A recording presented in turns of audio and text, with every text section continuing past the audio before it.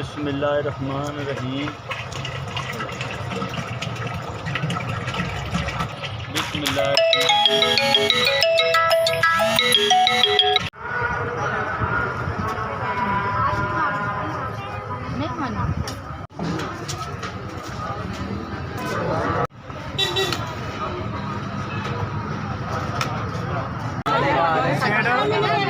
मेरा पुत्र एक प्लेट बना देगा।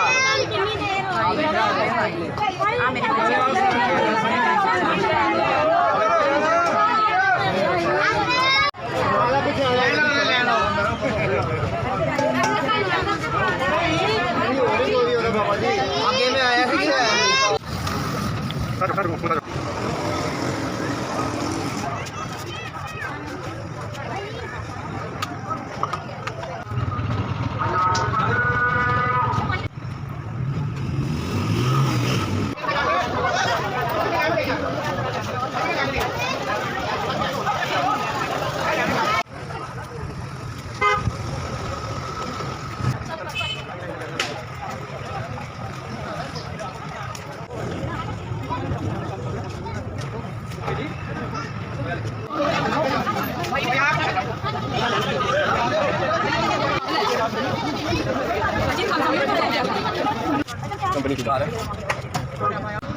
अल्लाह तुम देना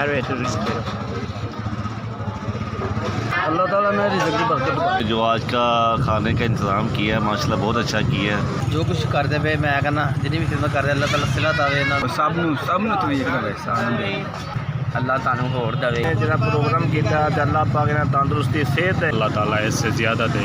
अल्लाह होर देवे अल्लाह तानू होर दे बंदे रहो आपकी ये खानों में बरकत दे